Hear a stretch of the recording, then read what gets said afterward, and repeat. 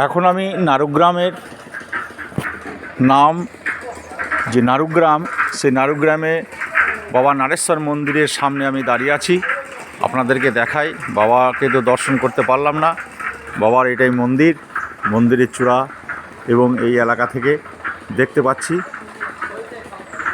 এবং আপনাদের দেখাচ্ছি। সাথে সাথে এখানে একটা দুর্গা মন্দির রয়েছে, খুব সুন্দর দুর্গা মন্দিরটি।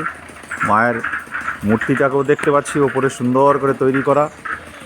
এই গ্রামের কিছু শিক্ষক তাদের আর্থিক সাহায্য অনুকূলে এই মন্দিরটি নির্মাণ হয়েছে। আর বাবা নারেশ্বরের গাজন হয় এখানে। এই গাজন খুব ধুমধামের সঙ্গে এখানে পালিত হয়, একটা উৎসব মুখর হয়ে ওঠে।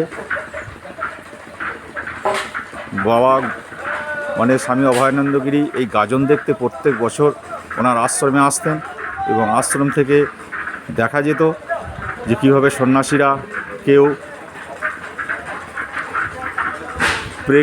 প্রেকের ওপরে, কাঠের পাটাতনের ওপরে প্রেক পোতা আছে, তার উপরে শুয়ে সেই সমস্ত সন্ন্যাসীরা বাবার ব্রত পালন করতেন এবং এখনও করেন।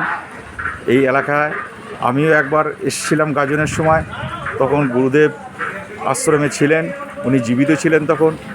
আর বাবার এই মন্দিরের চারিদিকটাকে আপনাদেরকে একবার দেখাচ্ছি, খুব জাগ্রত এই বাবার মন্দির।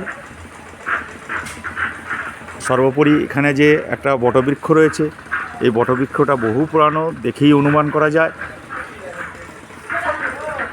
বাবার এই মন্দির এখানে স্থাপিত এবং এই নারেশ্বর বাবার নাম অনুসারেই এই গ্রামের নাম নারুগ্রাম। যেটুকু আমি বাবার মুখ থেকে, মানে গুরুদেবের মুখ থেকে শুনেছি,